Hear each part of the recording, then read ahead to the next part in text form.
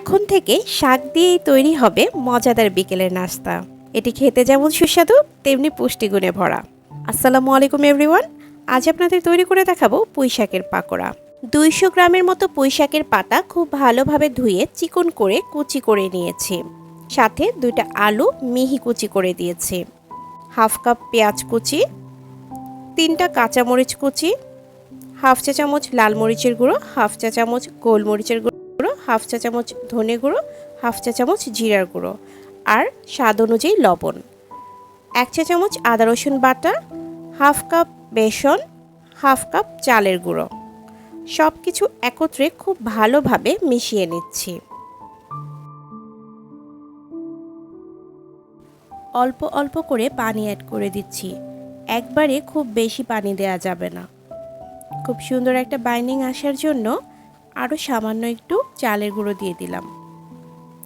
সামান্য একটু গরম মশলার গুঁড়ো দিয়ে দিচ্ছি, এটা শুরুতে দিতে আমি ভুলে গিয়েছিলাম। আবারও খুব ভালোভাবে মেখে নিয়েছি। চুলায় ফ্রাই প্যান বসিয়ে তেল গরম হতে দিয়েছি। আজকের পাকোড়াগুলো আমি অল্প তেলেই ভাজবো।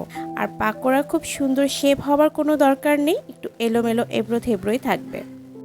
পাকোড়া ভাজার সময় চুলার ফ্লেমটা খুব বেশি লো অথবা খুব বেশি হাইতে রাখা যাবে না।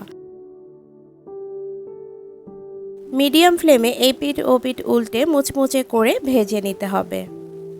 এক একটা পাশ হতে সময় লাগতে পারে 1.5 থেকে 2 মিনিট।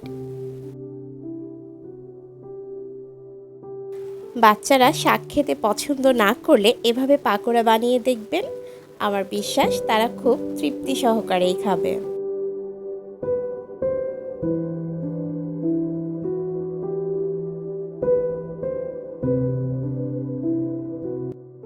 পাকোড়ার 2টা পাশ খুব মুচমুচে করে ভাজা হয়ে গেছে। এখন একটা স্ট্রেনারে তুলে নিচ্ছি। আর যে পাত্রে রাখবেন তাতে অবশ্যই কিচেন টিস্যু দিয়ে নেবেন, এতে করে অতিরিক্ত তেল টিস্যুটি শুষে নেবে।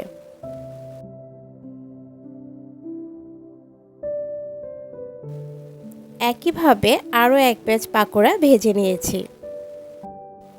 সবগুলো পাকোড়া ভাজা হয়ে গেছে। দেখুন পাকোড়াটা কতটা মুচমুচে হয়েছে।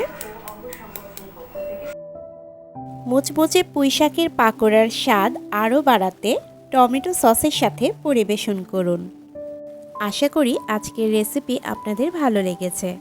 ভালো লেগে থাকলে ফ্রেন্ডস অ্যান্ড ফ্যামিলির সাথে শেয়ার করতে পারেন। আজ এ পর্যন্ত, সবাই খুব বেশি ভালো থাকবেন। আল্লাহ হাফেজ।